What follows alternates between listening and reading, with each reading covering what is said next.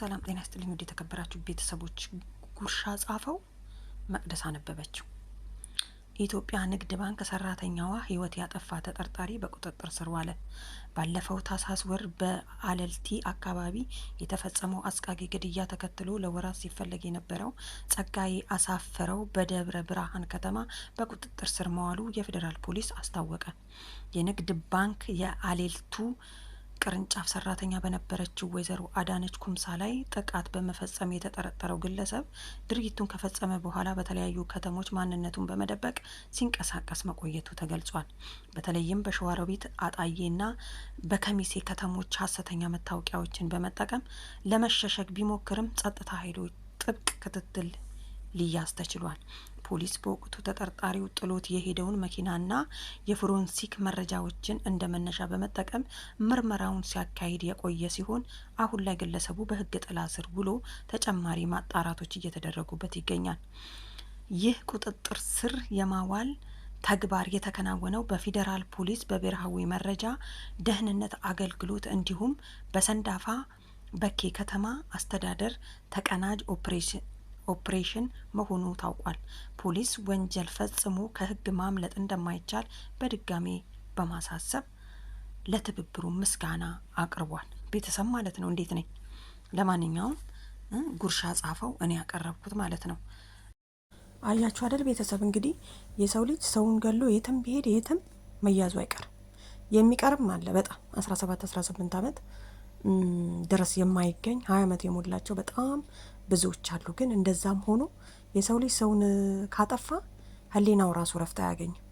ለጊዜው ግን ሊኖር ይችላል ማለት ነው።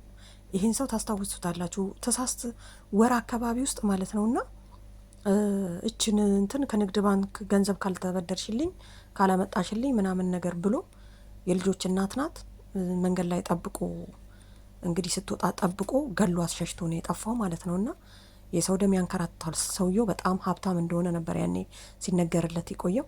አሁንም ጥሎት በሄደው መኪና ነው እንግዲህ የተያዘው። አስባችሁታል? በራሱ የሰው ልጅ እንዴት ለራሱ ነገር የሚሆነው ነገር እያለው የሰው ደም ያንቀዠቅዠዋል። ስለዚህ መያዝ አይቀርም ካልሞተ በስተቀር ያ ሰው ማለት ነው። ምክንያቱም ኖሮም እንደሞተ ነው የሚቆጠረው። ያው አለ አይደል ዝም ብሎ ሰው ስለሄደ እኛ ሰዎች ሆነን ዝም ብለን ስለምንሄድ ስላለን ስለተቀመጠን ምናምን ህሊናችን ንጹህ ነው ማለት አይቻልም።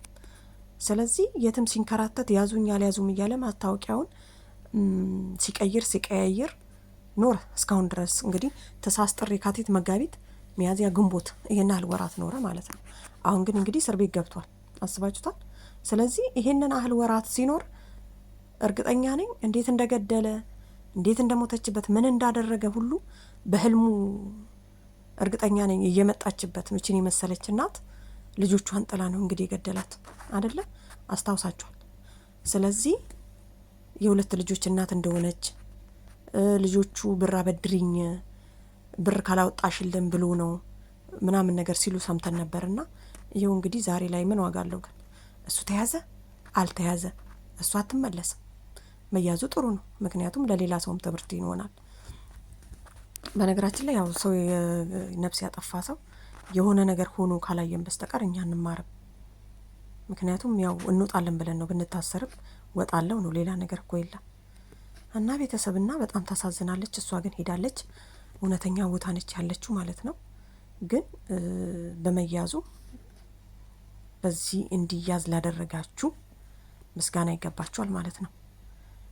እና ይሄንን ለማለት ነው። ያው እንደ ተጻፈው ጉርሻ ነው የጻፈው። በነገራችን ላይ አሁን አንድ 50 ደቂቃ ምናምን ነገር ቢሆነው ነው። እና ከዛ ላይ ነው ያልሰማችሁ ካላችሁ በዛው መግረ መንገዴን ለምን የኔስ ቤተሰቦች አይሰሙም ብዬ ነው። ምክንያቱም ያኔ ሁላችንንም አሳዝናናለች። በጣምም ታሳዝናለች። ደግሞ ሁለት ልጆች ጥላ አላባት ነው እሷ ነች የምታሳድጋቸው የምታስተምራቸው።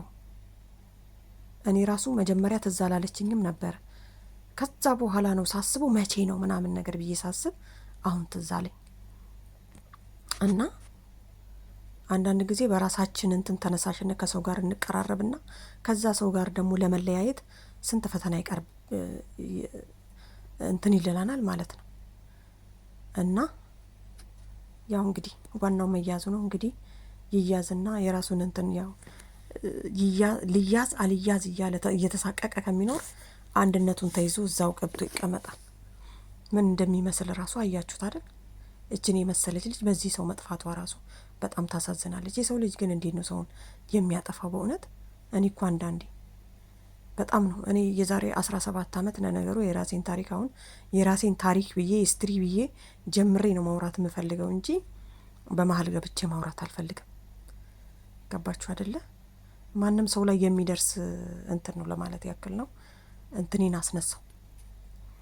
ለማንኛውም ቤተሰብ አመሰግናለሁ። ባይ